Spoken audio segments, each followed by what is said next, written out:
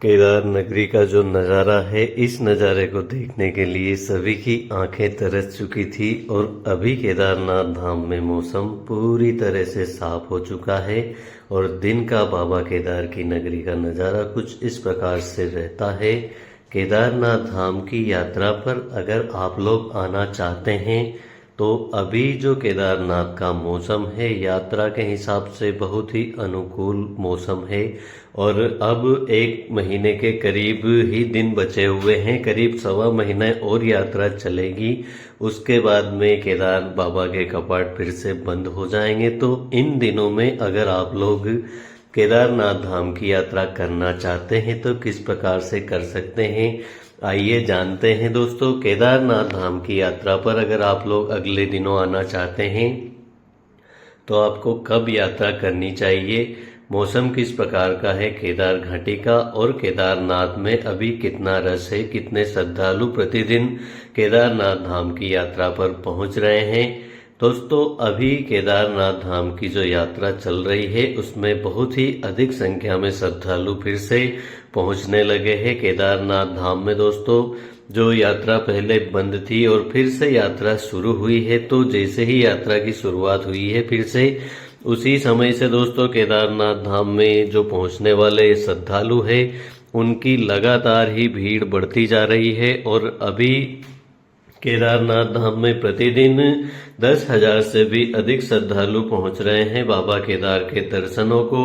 बात करें मौसम की तो दोस्तों, मौसम कल और आज में मौसम सही है। उससे 2 दिन पहले मौसम फिर से बिगड़ चुका था और उससे पहले आप सभी लोग जानते हैं केदारनाथ का मौसम किस प्रकार का था। मगर आप लोग अगले दिनों केदारनाथ धाम की यात्रा पर आएंगे, उस समय पर आपको किस प्रकार का मौसम देखने को मिलने वाला है केदारनाथ धाम में। तो दोस्तों, अभी तक जो अलर्ट था उसे हटा दिया गया है। अब केदारनाथ धाम में जो यात्रा चलेगी, जो मौसम रहने वाला है वह पूरी तरह से साफ तो हम नहीं कह सकते, मगर पिछले दिनों के अपेक्षा में यह मौसम बहुत ही अच्छा रहने वाला है। और अब बाबा केदार के दर्शनों को जो श्रद्धालु पहुंचेंगे उन्हें बहुत ही कम दिक्कतों का सामना करना पड़ेगा। हालांकि दोस्तों, केदारनाथ धाम की यात्रा के बारे में अगर आप लोग नहीं जानते हैं तो यह जान लीजिए कि केदारनाथ धाम की यात्रा, केदारनाथ धाम तक पहुंचना एक काफ़ी ज़्यादा कठिन चढ़ाई को चढ़कर आप लोग पहुंचते हैं। बाकी केदारनाथ धाम में आपको कोई दिक्कत का सामना नहीं करना पड़ेगा। अभी दोस्तों, मंदिर के सामने ही सीधी लाइन लग रही है, तो आप लोग अगर दर्शनों की लाइन में अभी लगते हैं तो कम से कम 4 घंटे में आप लोगों को बाबा केदार के दर्शन हो रहे हैं। अभी जिस हिसाब से यात्रा चल रही है उस हिसाब से दोस्तों, अगर अगले दिनों भीड़ और भी ज़्यादा बढ़ती है, वैसे दिन प्रतिदिन केदारनाथ धाम में भीड़ बढ़ती जा रही है, तो अगले दिनों अगर भीड़ और भी ज़्यादा बढ़ती है तो आपको दर्शनों में और भी ज़्यादा समय लगेगा। हालांकि अभी जितने भी श्रद्धालु हैं सभी नॉर्मल ही लाइन में लगकर दर्शन कर रहे हैं, जो कि बहुत ही अच्छी बात है।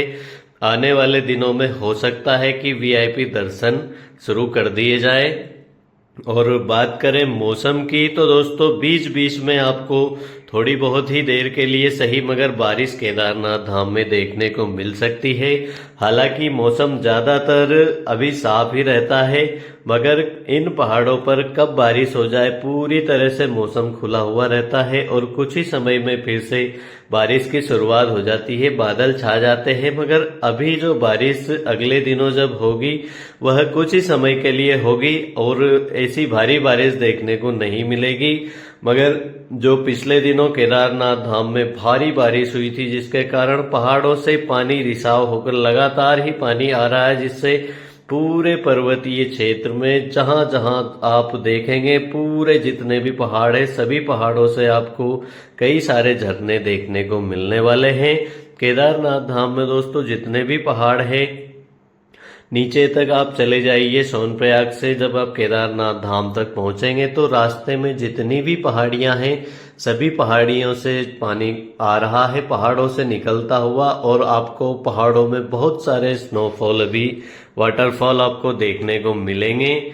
और स्नोफॉल की अब बात निकल ही आई है तो आपसे बात करते हैं कि अगले दिनों केदारनाथ धाम में 15 नवंबर के आसपास केदारनाथ धाम में स्नोफॉल आपको देखने को मिल सकती है।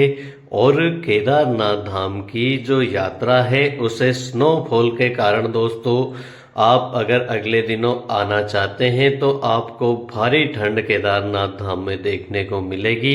अभी केदारनाथ धाम में जो ठंड है प्यारे मित्रों, नॉर्मल ठंड आपको देखने को मिल रही है।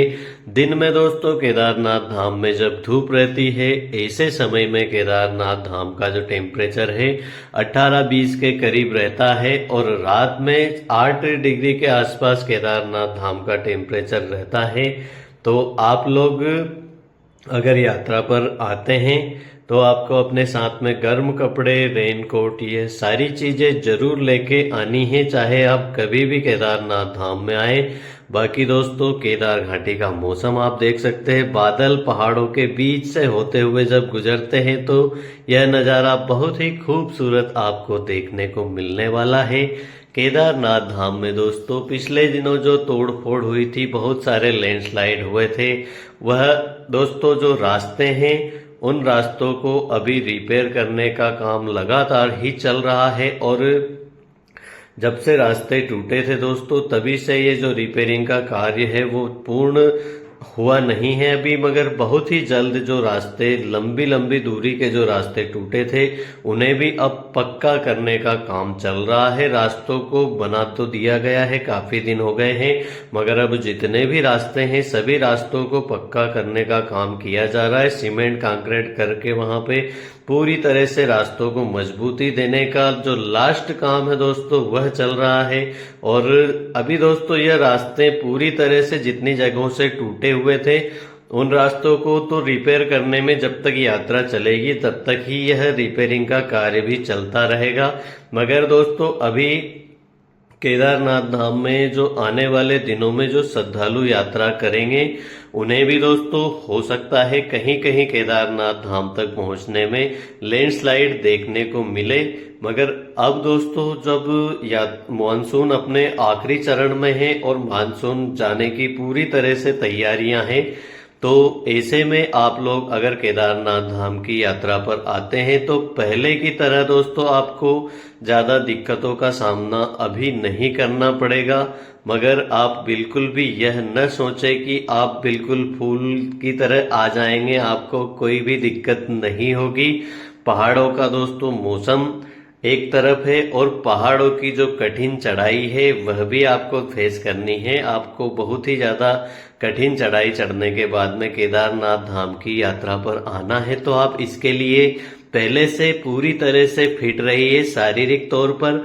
और दोस्तों आपको मेंटली भी फिट रहना है, क्योंकि जब आप पहली बार अगर केदारनाथ धाम की यात्रा पर आते हैं तो इतनी कठिन चढ़ाई देखकर ही बहुत सारे लोग यह पूछते हैं कि भाई 1-2 किलोमीटर चलने के बाद ही जो रास्ते से आ रहे हैं उन श्रद्धालुओं से पूछते हैं कि और कितनी दूर है। तो आपको यह पूरी तरह से पहले से जान लेना चाहिए कि आप लोग अगर केदारनाथ धाम की यात्रा पर आते हैं तो आपको अभी 23 किलोमीटर का ट्रैक देखने को मिलेगा, जो कि 16 किलोमीटर का होता है। मगर अभी जो रास्ते टूटे हैं उनकी वजह से गौरीकुंड सोनप्रयाग के बीच में भी रास्ते का जो लंबाई है वो बढ़ गई है और आपको आगे भी दोस्तों कुछ इसी प्रकार से रास्ते देखने को मिलेंगे।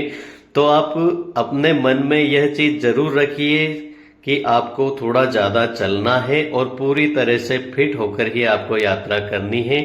और आप देखिए दोस्तों आने वाले दिनों में बाबा केदार की जो नगरी है उसमें स्नोफॉल बहुत ही जल्द नीचे तक होगी, मगर ऊपर की जो चोटियां हैं इनमें अभी लगातार ही स्नोफॉल बढ़ती जा रही है और दिनों दिन जो स्नो है वो नीचे तक आ रही है। कई सारे ग्लेशियर भी टूट रहे हैं, बर्फ बहुत ही ज्यादा ऊपर की चोटियों पर मेरू और सुमेरु पर्वत पर गिर रही है, जिसके कारण केदारनाथ धाम में ठंड बहुत ही ज्यादा बढ़ गई है। और आने वाले दिनों में आपको बहुत ही जल्द बाबा केदार के धाम में भी स्नोफॉल देखने को मिलने वाली है। तो अगर आप लोग यात्रा की प्लानिंग कर रहे हैं तो आप कब केदारनाथ धाम की यात्रा करते हैं उसकी आगे पीछे की दोस्तों अपडेट आप लगातार लेते रहिए। और केदारनाथ धाम का मौसम फिलहाल साफ हो चुका है, तो आप तैयारी कर सकते हैं। जय बाबा केदार।